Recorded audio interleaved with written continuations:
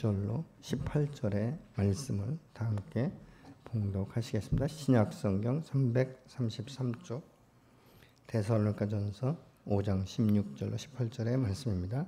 항상 기뻐하라, 쉬지 말고 기도하라, 범사에 감사하라. 이것이 그리스도 예수 안에서 너희를 향하신 하나님의 뜻이니라. 아멘.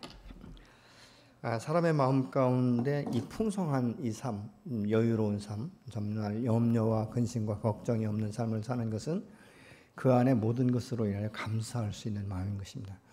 감사는 사람들의 마음의 빗장을 풀게 하고 그 마음 가운데 염려나 두려움과 근심이 떠나게 하면서 하나님으로 향하여 내가 기뻐하고 춤을 추며 그 궁정에 들어갈 때마다 기쁨과 감사의 예배, 이 축제의 예배를 드릴 수 있도록 우리의 마음을 넉넉하게 하시는 줄로 믿습니다.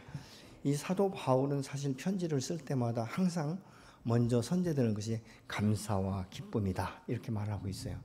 사실 이 사도 바울의 이 서신서를 보면 모두가 다 칭찬 일색으로 된 것이 아니라 때로는 꾸중하고 때로는 지적하고 이 잘못된 점에 대해서 시정할 것을 분명하게 때로는 명령할 때가 있는 것을 봅니다. 그러나 그럼에도 불구하고 사도 바울이 이 서신서를 기록할 때마다 그들을 기억할 때마다 감사할 수 있었던 것은 어둠의 노예였던 그들이 예수 그리스도의 이 생명의 복음을 듣고 주께로 돌아와서 회개해서 교회를 세우고 그 교회 공동체 안에서 서로 협력하고 있는 이 모습을 볼 때 참 감사하다.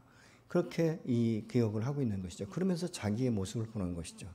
내가 얼마나 하나님을 대적했는지, 내가 얼마나 마음이 완악했는지, 예수 믿는 사람들을 어찌하든지 잡아서 그들을 망신을 주고 그들을 죽이는 것이 마치 하나님의 영광을 드러내는 것처럼 생각했던 자신의 교만, 이 모든 것들을 예수를 만나는 순간 완전하게 무너져버리고 이 광야의 훈련을 통해서 나의 나된 것이 하나님의 은혜며 내가 감사하다. 이 고백이 선제되어 있는 것이죠. 여러분, 우리가 감사라는 것은 그렇기 때문에 무엇을 크게 받은 것이 아니라 받은 것을 받았다고 인정하는 것이 그게 감사예요. 여러분, 감사라는 것은 사실적인 것 아니겠습니까? 받지 않은 것에 대해서 막 풍선처럼 이렇게 하는 것이 아니라 사실적으로 받은 것. 그래서 내가 작은 것을 받았어도 내 마음 가운데 고마움을 느끼면 고맙습니다. 이렇게 해서 우리가 아이들을 가르칠 때도 고맙습니다. 꼭 인사하게 하는 모습을 우리가 보지 않습니까? 그래서 감사라는 것은 다른 것이 아니에요. 그동안 받은 것에 대해서 내가 구체적으로 하나하나 감사할 수 있는 것이죠. 아주 작은 것, 내가 오늘 또 먹을 수 있는 것 감사하고 씹을 수 있는 것 감사하고 느낄 수 있는 것 감사하고. 여러분, 감사는요 제목이 없어서 못하는 게 아니라 내가 기억을 안 하기 때문에 또 내가 받은 것에 대해서 넘친다라고 생각하지 않고 항상 부족하다라고 생각하기 때문에 우리가 감사하지 않는 것입니다. 근데 사도 바울의 모습을 보면 감사는 전제되어져야 된다, 선행되어져야 된다. 여러분, 우리가 옳고 그름을 따질 때도 그 사람의 장점을 먼저 이야기하고 너의 이런 모습이 참 좋다 이렇게 우리가 이야기하고 말을 하면 벌써 마음이 풀어지기 때문에 이 따뜻한 마음 가운데 서로가 수용이 되고 이 용납이 되는 이런 그 모습들을 볼 수 있지 않습니까? 생각할 때마다 감사가 이 넘치는 것을 경험하고 실천하기 위해서는 우리가 분명히 감사의 의미를 알아야 되는데, 감사의 의미가 뭔가 굉장히 깊은 게 아니에요. 내가 받은 것에 대해서 받았다고 인정하는 것이죠. 그래서 이 받은 것을 마음으로만 닫아놓는 것이 아니라 마음의 문턱을 넘어서야 되는 것이죠. 문턱을 넘어서는 것은 무엇입니까? 안에서 밖으로 나가는 것 아니겠습니까? 감사하는 마음, 이것도 중요하지만 표현하는 것은 더 중요하다는 것이죠. 감사하는 마음은 사실 우리는 몰라요. 여러분, 우리가 10길 물속으로라도 한 길 사람 속은 모른다 이렇게 말하고 있잖아요. 저 사람이 고마워하는지 감사하는지 아무것도 모르는 거예요. 근데 표현되어질 때 그것이 밖으로 드러나면서, 여러분, 이 감사는요 주변에 듣는 사람의 마음을 편안하게 풀어주고요, 자기의 마음은 기쁨으로 충만하고 하나님께는 영광이다라고 말하고 있지 않습니까? 오늘 본문은 뭐예요? 내가 감사하는 것은 마땅한 것이며 그것이 하나님의 뜻이다 이렇게 분명히 말씀하고 있어요. 여러분, 우리가 하나님을 믿는다라고 해서 사실 모든 일이 갑자기 180도로 전환되지는 않습니다. 예수 믿고 구원받는 것은 순간에 180도로 변화되죠. 사망에서 생명으로 옮겨지는 것은 사실입니다. 그렇지만 내가 믿음의 삶을 산다고 해서 갑자기 내 기도가 바로 응답되거나 병든 몸이 바로 치료되거나 또 믿음으로 사업장을 내가 확장을 한다고 해서 그 사업장이 그냥 계속적으로 번창하거나 이런 것들은 분명하게 이루어지지 않을 수도 있다는 것이죠. 내 자녀들이 믿음으로 아무리 기도를 하고 공부를 한다고 해서 반드시 유수한 대학에 가느냐? 그렇지 못할 수도 있다는 것이죠. 그럼에도 불구하고 우리가 왜 감사할 수 있는가? 그래도 예전 같으면 다 내 힘으로 한 줄 알았는데 이제는 예수 믿고 나니까 사업도 공부도 모든 것들이 하나님이 주시는 지혜와 하나님이 주시는 명철과 하나님이 주시는 이 인내와 이런 그 모든 것들을 통해서 합력의 선을 이룬다는 것을 깨닫기 때문에 모든 것이 하나님께로부터 온 것이구나, 모든 것이 하나님의 은혜구나, 이것을 아니까 감사하는 거예요. 여러분, 감사는 보니까 습관이에요. 불평과 원망도 염려도 습관이에요. 우리가 어떻게 길들여져 있는가, 어떻게 내가 습관되어 있는가, 굉장히 중요한 것이에요. 그래서 하나님께서는 시편에서 이렇게 말씀하세요. 감사로 하나님 앞에 이 제물을 드리는 것, 이것은 하나님의 영광이다, 이렇게 말씀하고 있는데, 시편 50편 23절을 같이 보시겠습니다. 감사로 제사를 드리는 자가 나를 영화롭게 하나니 그의 행위를 옳게 하는 자에게 내가 하나님의 구원을 보이리라. 여러분과 하나님 앞에 나가서 예배를 드릴 때 억지로 막 억지 춘향처럼 이렇게 나가면요, 자원하는 몸이 없기 때문에 예배당에 앉아 있지만 항상 마음은 불편한 거예요. 괴로운 거예요. 기쁨이 없어요. 감사가 없어요. 그러다 보니까 하나님 앞에 예배 드릴 때 내 마음이 후련하냐? 그렇지 않다는 것이죠. 뭔가 부담스럽다는 것이죠. 그런데다가 가끔가다 설교가 길어진다든가 자기 마음에 안 들면 막 이 불평과 원망이 솟아나기 때문에 이 축제의 예배가 안 되는 거예요. 근데 여러분 어떻습니까? 우리가 그럼에도 불구하고 내가 하나님의 은혜 안에 내가 오늘도 살았다, 참 감사하다, 이런 감사한 마음으로 하나님 앞에서 예배 드릴 때는 그 예배 자체가 기쁨인 거예요. 누가 뭐라고 해도 내 안에 기쁨이 있는 거야. 감사함이 있는 거야. 내가 오늘 살아서 하나님 앞에 나와 예배드릴 수 있는 것 얼마나 감사한가. 하나님 앞에 자유롭게 예배드릴 수 있는 이 예배당이 있는 것 얼마나 감사한가. 우리 성도들이 있어서 감사한가. 여러분, 이런 하나하나가 감사하죠. 보세요. 내가 들을 수 있는 것 감사하고, 볼 수 있는 것 감사하고, 느낄 수 있어서 감사하고, 말할 수 있어서 감사하고, 먹을 수 있어서 감사하고, 내가 오늘 또 내 발로 걸어온 것 감사하고, 이런 모든 것들이 하나하나가 다 감사한 것이에요. 그런데 우리가 불평과 원망을 하면 이거 당연한 것이지. 내가 숨 쉬고 먹고 마시고 느끼고 다 당연한 것이 아니에요. 어제 죽은 사람에게는 내가 오늘 당연한 것이, 얼마나 그 사람이 소망하고 기다렸던 날인지 몰라요. 아니, 어쩌면 오늘 아침에 내가 수술받기 위해서 수술대 위에서 음식을 먹지 못하는 사람이 이렇게 느낄 수 있는 것이죠. 야, 내가 자유롭게 먹고 정말 이 배설할 수 있는 것이 얼마나 감사한지. 남이 느낄 수 없고 남이 경험할 수 없는 것을 나는 당연시하고 있지만 다른 사람이 볼 때는 이것이 얼마나 부러운 것이고 이것이 얼마나 새로운 것인지 이것을 우리가 느낀다는 것이에요. 그렇기 때문에 우리가 어찌하든지 모든 것이 하나님의 은혜다. 그래서 우리가 감사할 수 있어야 되는 것이죠.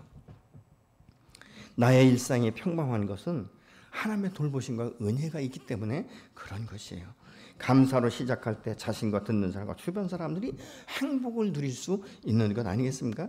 때로는 내 마음 가운데 들지 않고 내 마음에 와 닿지 않으면 우리는 불평할 수 있어요. 그것을 판단할 수 있습니다. 그것이 당연한 것이 될 수 있어요. 그런데 참 재미있는 것은요, 내가 그렇게 당연한 것을 판단할 때 내 마음은 불편하다는 것입니다. 편하지 않다는 것이죠. 주변의 사람들도 동일한 영향력을 받게 되는 것을 볼 수 있게 되는 것이죠. 그런데 이럴 때는 우리의 마음 가운데 행복을 느끼지 못합니다. 근데 동일한 장소에서 내가 또 다른 것들을 긍정적인 눈으로 바라보면요, 그곳에서 이전에 내가 경험하지 못했던 또 새로운 감사를 내가 발견하게 된다는 것입니다. 여러분, 다른 행복이 찾아오게 되는데 행복은 뭐냐? 수용하거나 수용되는 것을 말하고 있는 것이야. 내가 다른 사람에게 수용을 받을 수 있는 것, 이게 얼마나 용납받는다는 것이 얼마나 감사한지 몰라요. 또 그래서 이 감사라는 것은 이 수용성에 의해서 나오는 것이다, 이렇게 볼 수가 있는 것이죠. 사람이요, 반드시 좋은 것을 받았다고 해서 행복하냐 감사하냐 그렇지 않다는 거예요. 사람은 받을 때도요, 내가 분수에 넘친다, 내가 이렇게 큰 걸 받을 수 없는데 참 이거 받게 된 것이 감사하다, 이렇게 생각해야 돼요. 그래서 어떤 분들은요 이러잖아요. 정말 비싼 음식을 대접하고 나서도요 이렇게 얘기해요. 당신이 오늘 내게 이 음식을 함께 나눌 수 있는 시간 내주셔서 고맙습니다, 감사합니다, 이렇게 말해요. 근데 받은 사람은 반대로 얘기할 수 있으세요. 아니, 이까짓 거 사주려고 나보고 나오라고 했나? 이렇게 우리가 얘기할 수 있다는 것이죠. 아주 비근한 예를 들어볼까요? 우리가 이제 주일날 보면 뭐 빵도 주고 여러 가지 다양하게 뭐 김밥도 주고 여러 가지 그렇게 드리잖아요. 근데 받는 사람마다 다 달라요. 똑같은 떡을 받아도 어떤 분은 참 맛있다, 어떻게 이런 떡을 줄까, 이렇게 생각하는데 어떤 분들은 자기 취향에 안 맞으면 아니 왜 교회에서는 맨날 떡만 주는 거야, 그리고 맛대가리도 없는 이런 떡을 왜 줘, 이렇게 생각한다는 거예요. 근데 여러분, 그것을 대접하는 사람은요 정말 하나님 앞에 기도하면서 굉장히 좋은 마음으로 풍성한 마음으로 접대하는 거예요. 그러면 우리가 이거를 받을 때 어떻게 받아야 되겠어요? 감사함으로 받는 것이죠.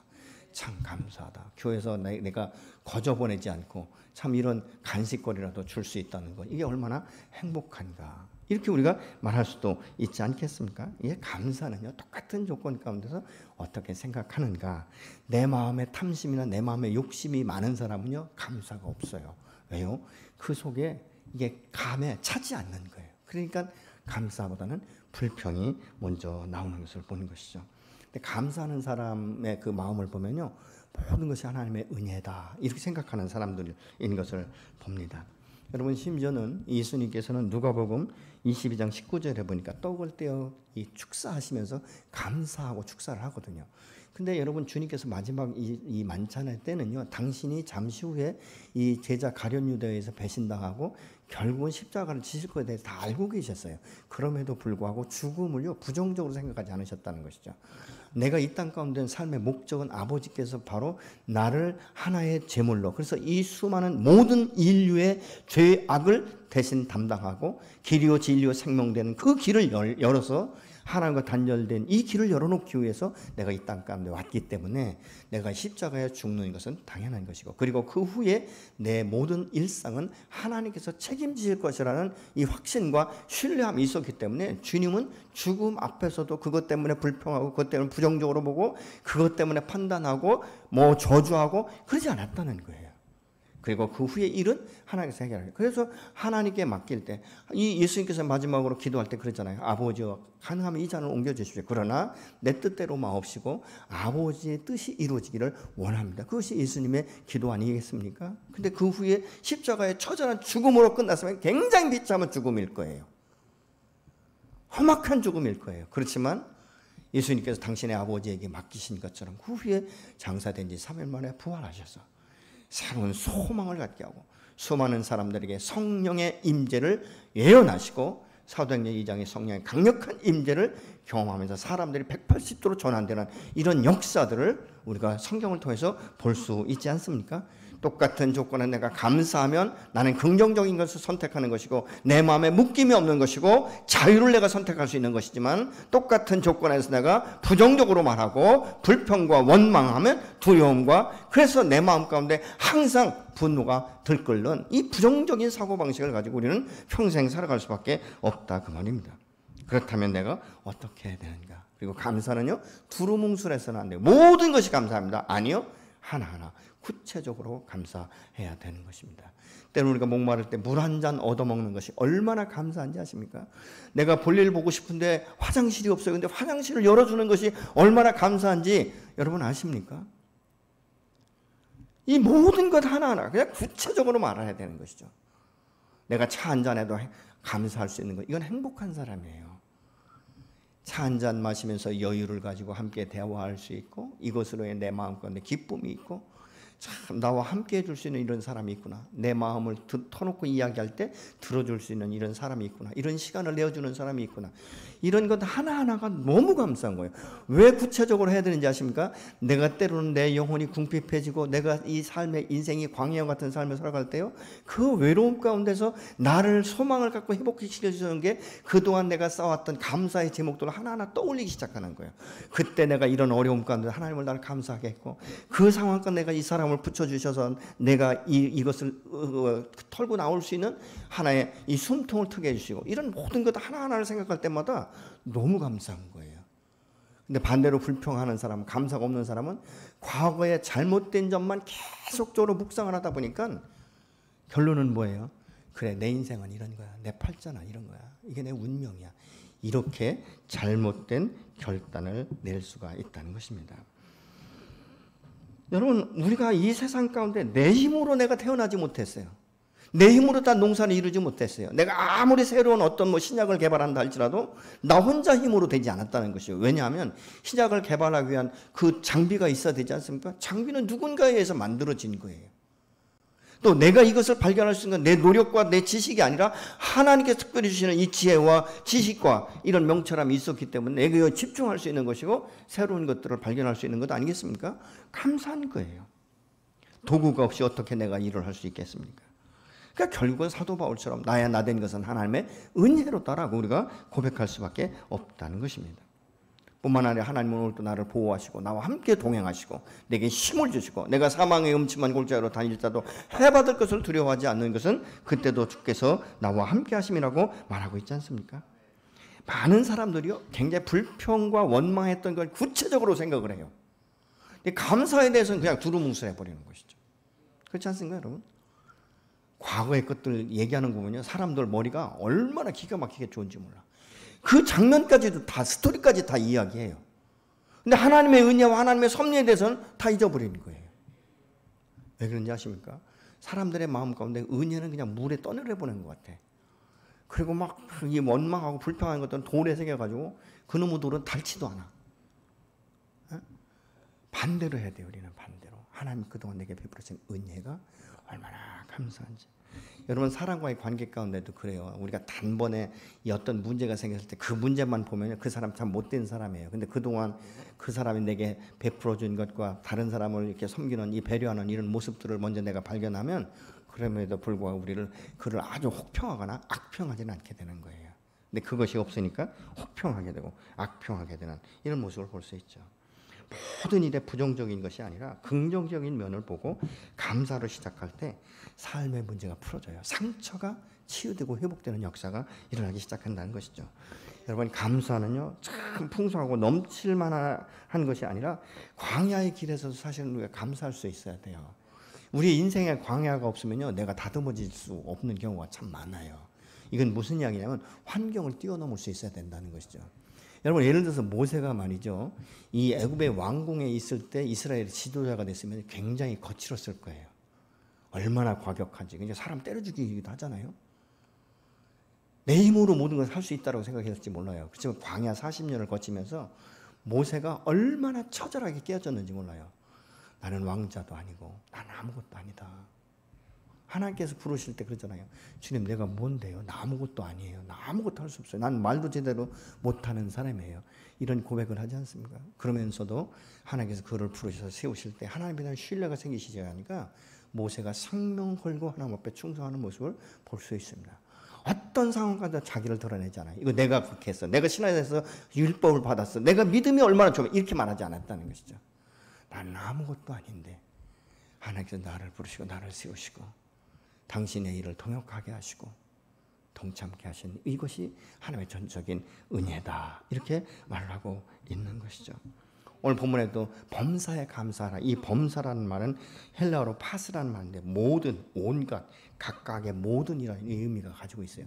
내 삶 전 영역의 모든 것에 대해서 내가 감사해야 된다라고 말하고 있죠. 이 말은 어떤 상황에서든지 내가 하나님 앞에 감사하는 것을 우리를 향하신 하나님의 뜻이다. 이렇게 말씀하고 있어요. 여러분, 이 감사는 곧 믿음이에요. 믿음의 표현이에요. 우리가 그리스도 안에서 하나님의 자녀된 이 자의 바른 태도인데요. 하나님의 자녀는 뭐예요? 왕 같은 제사장인 거예요. 그래서 하나님의 자녀는 하나님이 책임지신다는 이 확신이 있어야 되는 거예요. 여러분, 우리가 육신의 부모도요 자기 자식을 책임질 줄 알아요. 그렇죠? 그래서 그러잖아요. 내가 뼈 빠지게 노력해서 너를 가르쳤다, 너를 먹여 살렸다. 이렇게 이제 부모들이 말하는 것은 자기가 육신의 이 죄성을 가지고 있는 인간도 자기의 자식을 그렇게 끔찍하게 여기는 거예요. 섬기는 거예요. 나 굶어도 너는 먹어야 된다. 이렇게 말하고 있지 않습니까? 나는 비록 싼 옷을 입어도 너는 그래도 어디에 나가도 빠지지 않도록 내가 그렇게 너를 섬겼다라고 이 부모들이 가끔 말하는 것을 우리가 보고 있지 않습니까? 어떻게 보면요, 우리 꼭 부자여야 하나님의 영광을 드러낸다 그렇지 않아요. 가난한 부자도 있습니다. 뭐예요? 하나님의 거룩한 형성을 가지고 있는 거예요. 가난하지만 담대하게 살아가는 거예요.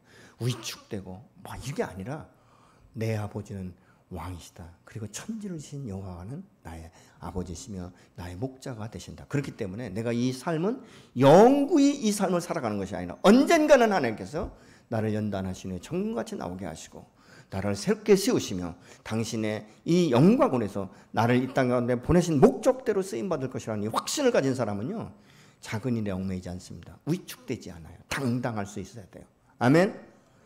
여러분, 세상 사람들과 견주할 때도 내가 뭐 외적으로 외모가 어떻고 옷이 어떻고 이게 아니에요. 내 마음이 담대하면 내 마음 가운데 확신이 있으면, 자존감이 높으면 우리는 조금도 위축되지 않고 당당하게 내가 할 말을 할 수 있는 이런 능력이 저와 여러분에게 주어진 줄로 믿습니다. 왜냐하면 하나님께서 말씀하셨잖아요. 부족함이 없도록 채우시겠다. 아까도 우리가 찬양할 때 그런 내용이 있지 않았습니까? 때로는 사망의 음침한 골짜기로 간다 할지라도 나가 두려워하지 않는 것은 그때도 나의 왕이 되시며 나의 목자가 되시는 주님께서 나와 함께 하시기 때문이다 라고 말씀하고 있습니다. 시편 23편 4절로 5절의 말씀을 같이 보시겠습니다. 내가 사망의 음침한 골짜기를 다닐지라도 해를 두려워하지 않을 것은 주께서 나와 함께 하심이라. 주의 지팡이와 막대기가 나를 안위하시나이다.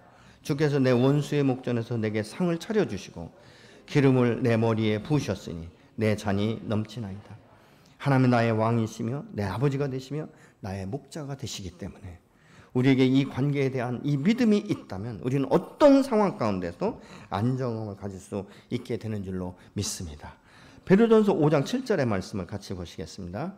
너의 염려를 다 주께 맡기라. 이는 그가 너희를 돌보심이라. 우리가 내가 지금 염려하고 근심하고 걱정하는 모든 것을 주님께 맡기라는 거예요. 왜요? 그가 나의 목자가 되시기 때문에, 그가 나의 주가 되시기 때문에. 그럼 어떻게 맡기는가? 맡기는 방법을 우리가 모르잖아요. 근데 빌립보서 4장 6절은 이렇게 말합니다. 너희는 아무것도 염려하지 말고 오직 기도와 간구로 감사함으로 하나님께 아뢰라. 감사함으로 내 문제를 하나님 앞에 맡기라는 거예요. 의탁하라는 거예요. 그러면 하나님께서 붙드시고 이 문제를 내가 하는 것이 아니라 하나님의 방법으로 반드시 해결해 주신다라고 말씀합니다. 아멘. 그러면 뭐예요? 내가 그렇게 이것 때문에 안달복달할 필요가 없다는 것이죠. 주님이 이 문제를 해결하시. 다만 우리가 감사함으로 그 궁정에 들어서 기도할 때 이것은 하나님의 뜻을 우리가 분별할 수 있다는 것이죠. 그리고 이것이 내 죄로 인해서 온 것이면 우리는 회개해야 될 것이고, 그렇지 않습니까? 또 내가 억울함이 있다면 하나님은 반드시 이 문제를 개입하셔서 풀어주실 거예요. 그런 믿음이 저와 여러분 안에 있어야 될 줄로 믿습니다.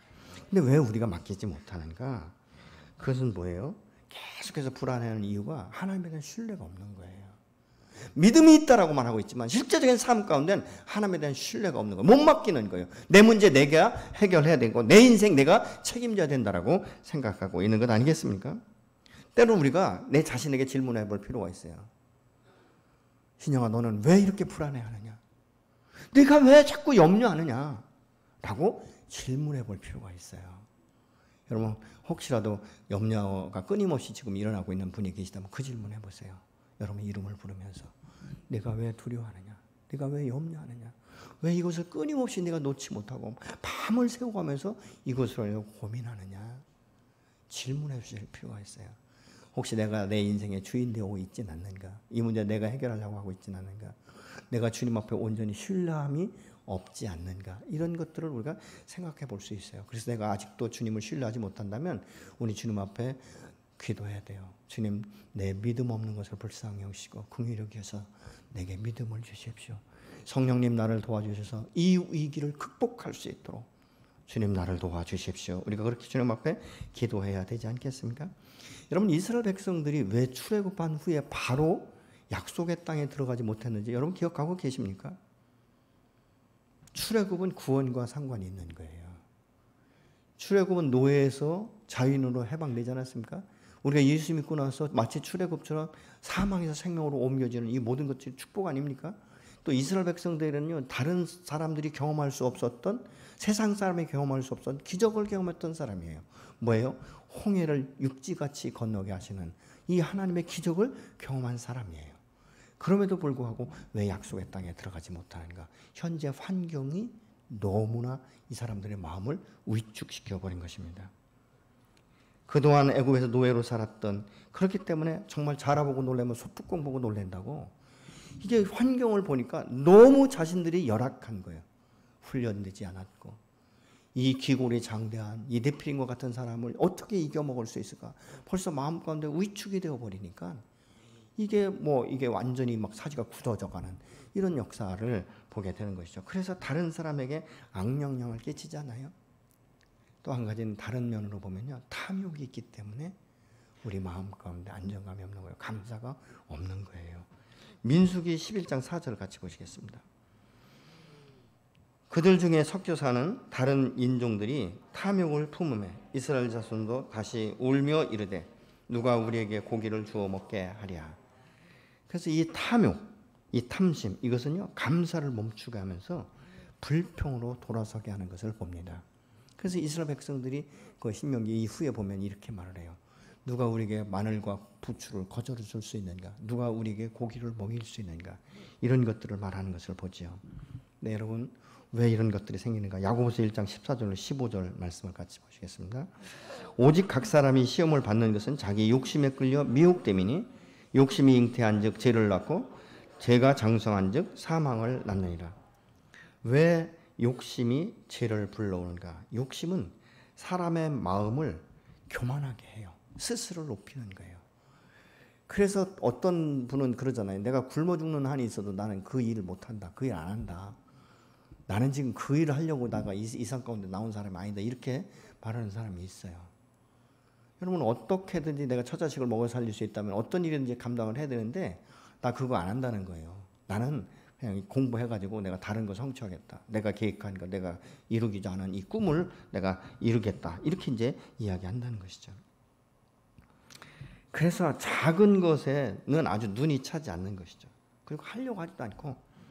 근데 여러분 이런 모든 것들은요, 내가 허황된 꿈일 수 있다는 것이죠. 마치 풍선에 바람을 넣은 것처럼 그렇게 행동할 수밖에 없는 것이에요. 그러니까 이런 사람은요, 범사가 자기의 뜻대로 이루어져야 비로소 괜찮다 이렇게 말하는 사람들이죠. 여러분 이건 하나님이 주신 꿈이 아니에요. 자기 스스로 이 세상 가운데 꿈을 갖는 것이고 비전을 사는 것이죠. 그러니까 하나님께서 주신 것이 아니니까 이루어지지 않는, 어떻게 보면 허망한 인생을 살아가는 그런 결과를 가져오게 되지 않습니까? 그래서 시편 기자 다윗 같은 경우는 시편 131편 1절로 3절에서 이렇게 말하고 있어요. 내가 허망한 일에 힘쓰지 않게 하시고, 그 허망한 일에 내가 에너지를 낭비하지 않게 하시고 오직 여호와만을 바라보게 하여 주십시오. 그렇게 시편 131편 1절로 3절은 다윗이 그런 기도를 해요. 하나님, 내가 너무 허황되게 이 세상 것에 얽매이지 않게 하십시오. 그거 바라보고 에너지 낭비하지 않게 하십시오. 내가 오직 여호와만을 바라보기로 결정합니다. 이렇게 이야기를 합니다. 여러분 이스라엘 백성들에게 광야는요 재수 없이 우연히 그 길을 갖게 된 것이 아니라는 것이죠. 하나님은 이스라엘 백성들을 광야로 몰아넣을 때는 분명한 목적과 계획이 있었다는 거예요. 이스라엘 백성들을 출애굽시킬 때 하나님은 분명한 목적이 계셨어요. 너는 선민이고 내가 약속한 땅으로 너희를 돌려보내서 나에게는 영광이며 너에게는 기쁨이며 너에게는 충만한 이 축제에 이 축복받는 이 산 증인이 될 것이다라고 분명히 말씀하셨는데도 불구하고 불신이 너무 강력하니까 이것이 이루어지지 않는 것이죠. 하나님께서는 광야로 그들을 몰아넣으십니다. 근데 몰아넣고 너 한번 네가 마음껏 살아봐. 그래서 인생을 함부로 굴려놓는 게 아니잖아요. 밤에는 불기둥으로, 낮에는 구름기둥으로 완전하게 일기를 지켜주시고 보존하시고, 광야에서 만나와 메추라기를 적당히 내려주셔서 매일매일의 삶 가운데 굶지 않고 옷이 헤어지지 않고 신발이 닳지 않고 그렇게 걸어도 발이 부르트지 않는 이런 이 역사를 하나님께서 그들에게 행하시고 있다는 것이죠. 매일매일의 삶 가운데. 뭐예요? 근데 그것을 깨달아야 되는데 이 일상 가운데 그것을 깨닫지 못하는 거죠. 광야에서 사는 것에 대한 불평, 원망이 얼마나 많은지. 여러분 하나님은 광야에서 이스라엘 백성들을 인도하시면서 많은 기적을 일으키시잖아요. 그죠? 반석을 명해서 생수의 근원에서부터 물이 솟아나기도 하고 쓴 물을 단물로 바꾸기도 하고 이런 기적을 매 순간순간마다 일으켜주시고 경험케 하시는데도 불구하고 이 우매한 이스라엘 백성들은 그걸 모르는 거예요. 깨닫지 못하는 거예요. 그러니까 광야 40년을 그렇게 훈련받는 그런 모습을 우리가 성경을 통해서 알 수 있지 않습니까? 그래서 신명기에 보면요, 하나님이 왜 이스라엘 백성들을 이 광야 가운데 40년을 훈련시키셨는지 정확하게 말씀을 하고 있어요. 신명기 8장 2절로 5절의 말씀을 같이 한번 보시겠습니다. 내 하나님 여호와께서 이 40년 동안에 내게 광야길을 걷게 하신 것을 기억하라. 이는 너를 낮추시며 너를 시험하사 내 마음이 어떠한지 그 명령을 지키는지 지키지 않는지 알게 하려 하십니다. 너를 낮추시며 너를 줄이게 하시며 또 너도 알지 못하며 내 조상들도 알지 못하던 만나를 내게 먹이신 것은 사람이 떡으로만 사는 것이 아니요 여호와의 입에서 나오는 모든 말씀으로 사는 줄을 내가 알게 하려 하심이라. 이 40년 동안에 내 의복에 헤어지지 아니하였고 내 발이 부르트지 아니하였느니라. 너는 사람이 그 아들을 징계함 같이 내 하나님 여호와께서 너를 징계하시는 줄 마음에 생각하고. 광야 훈련은 분명한 목적이 있다라고 말씀하고 있지 않습니까? 오직 여호와 하나님만을 기억하고 하나님만을 신뢰할 수 있도록. 그래서 우리가 이 광야에서요, 광야만 바라보면 사람은 실망하고 좌절하고 낙심하고 포기할 수밖에 없어요.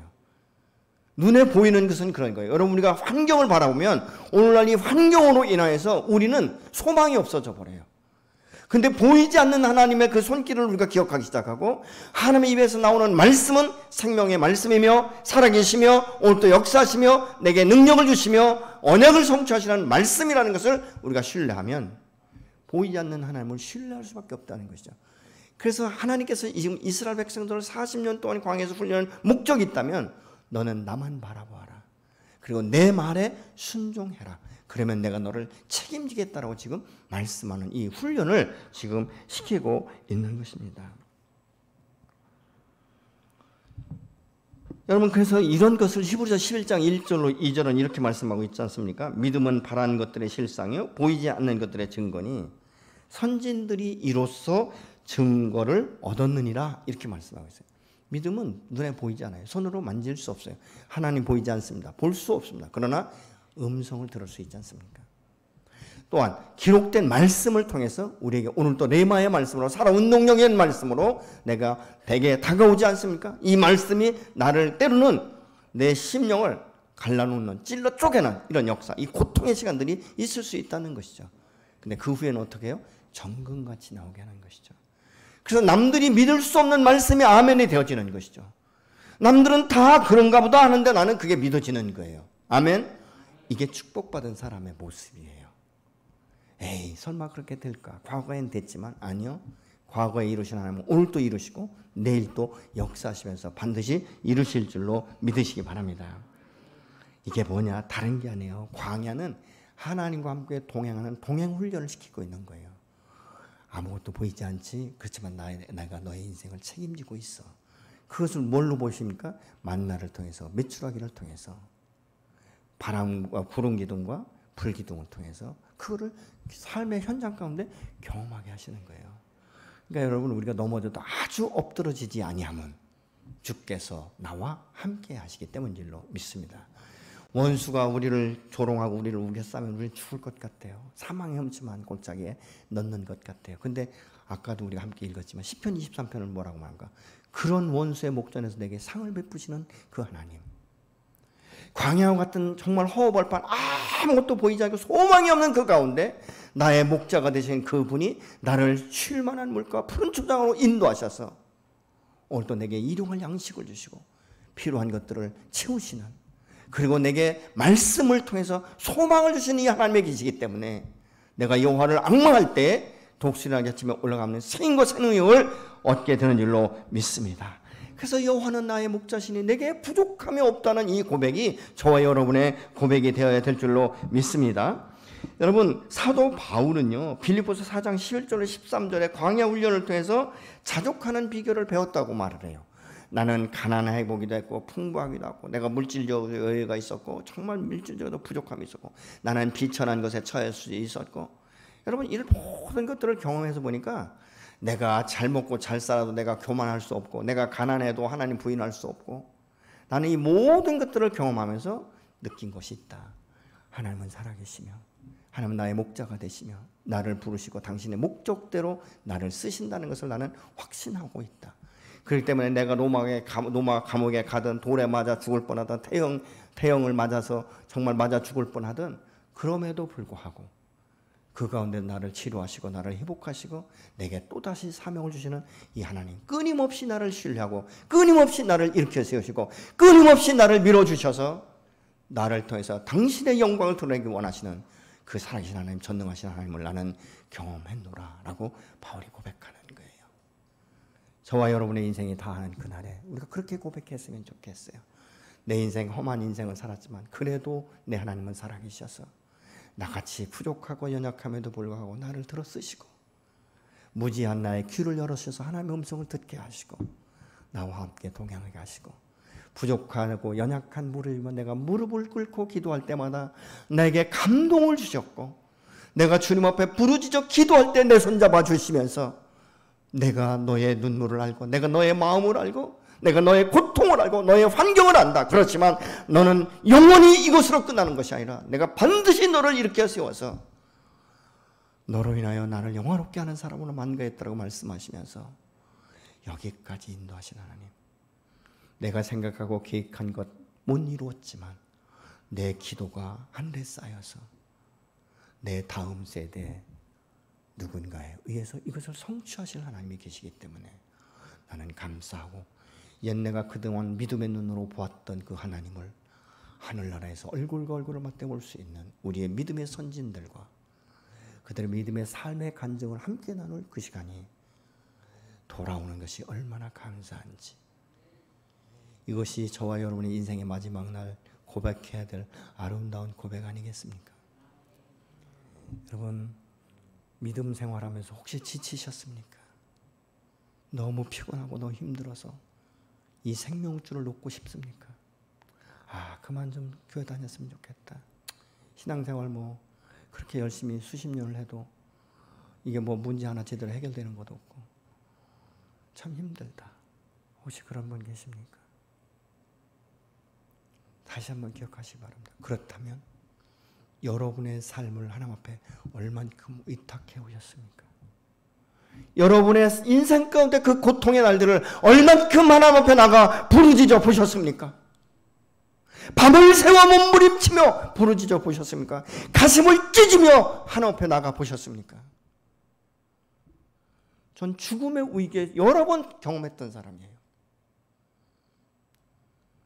그러다가 하나님 안에 다시 한번 기도하면서 하나님의 소망의 말씀을 주셔서 다시 살아나고 회복시킨, 부족하고 연약하지만 여기까지 인도하시는 이 하나님의 은혜가 얼마나 감사한지 몰라요.